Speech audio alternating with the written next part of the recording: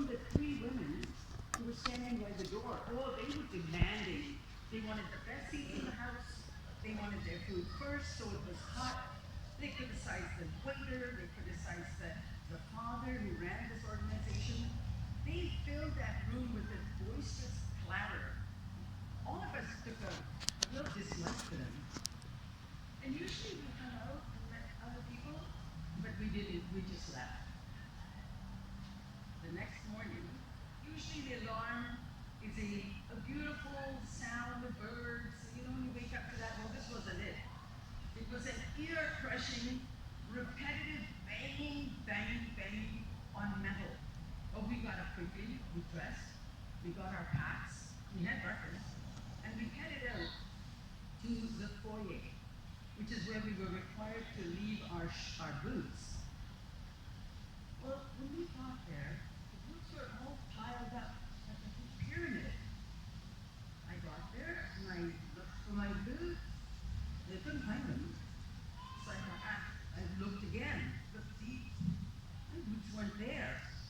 But there in the corner was this tiny little pair of size 4 or 5 shoes that looked exactly like mine.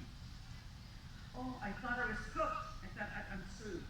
Because it absolutely is amazing how you need your boots. It's not something you put on your sandals and off you go. Anyway, if I wanted to walk, if I wanted new boots, I would have to go maybe a day and a half away to a big city, buy new boots and hope that they fit. Then I would have to come back to the Filipino. I wasn't having it. That's just not possible. That's too much. I needed a new plan. I needed a plan B. I thought, come on, gotta do something. Then I got a plan. I was going to ask the innkeeper's brother, who was a taxi driver. I was going to ask him to take me to the first intersection where the Toledo crossed the rural road. There I would wait to see what route it might be. He dropped us off, and as we crossed the road, the sun was just starting to rise on the horizon, and I could hear cowbells, and the village was getting up. We took our stand, sentinel by the big rock, and waited. We waited for about an hour, and then the first of the pilgrims started crossing. We rushed to the first pilgrim to look at the shoes. No, it wasn't mine. Then another, and many more pilgrims were coming. We were like little bees, running from pilgrim to pilgrim, looking at their shoes, at their boots. Now, some of them wanted to know how we're doing, so we told them. In the distance, you could hear a very familiar cackling, boisterous talk, loud laughter.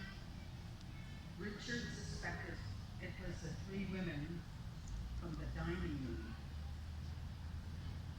We looked, and oh yeah, then they appeared, still drunk from the night before, staggering along their merry way.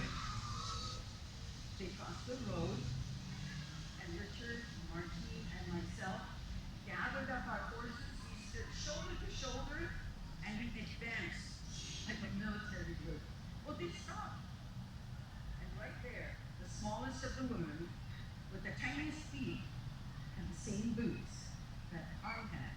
Well, I dropped to my knees and I held onto her hairy legs. I wouldn't let go. She wailed and she complained and she swore and she kicked.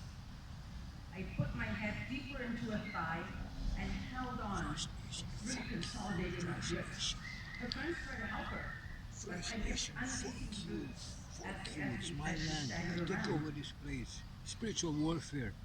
Then the woman pointed a little Spiritual warfare, First Nation. She said, no, you took my boots. And she dropped down. It's your altar versus my altar.